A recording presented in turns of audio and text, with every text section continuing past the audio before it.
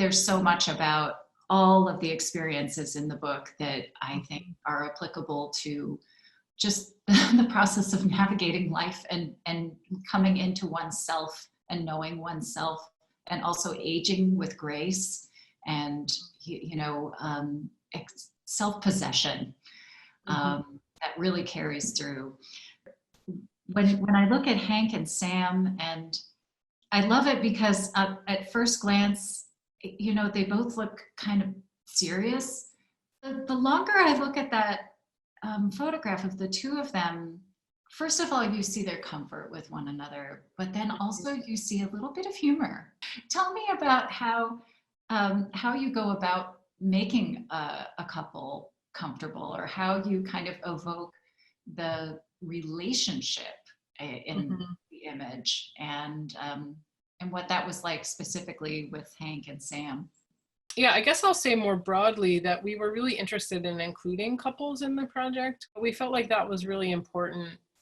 There can be a fear around partnership when someone's coming out as trans. There's a lot of fear around, who's going to love me and am I going to have this life? And so we really felt like that was important throughout the project. Samm and Hank are actually a unique situation because, most of the people in the project I met for the project, but Samm and Hank I had actually known when I was a child. I grew up in Little Rock, and my mom, who's a lesbian, went to a lesbian Bible study group that Samm ran in her living room. So when I was 10, I would get drugged to these many women, lots of snack affairs. And when I was working on the project, I thought of them, and I reached out to them and I said, I don't know how you identify, but I'm working on this project. Do you want to be part of it? And they said, yes, absolutely. So Vanessa and I drove down to Little Rock, where they live, spent the day with them, and they were an especially poignant interview for a lot of reasons. I mean, one, they've been together a really long time. I think at the time we interviewed them, it was 44 years,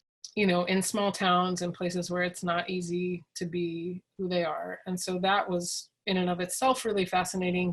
I was also really struck by Hank's story in particular, and it really hit home for me that Hank and I have a very similar internal identity in a lot of ways, but because of our generational difference, we had such different experiences in the world. And so that felt really significant for me.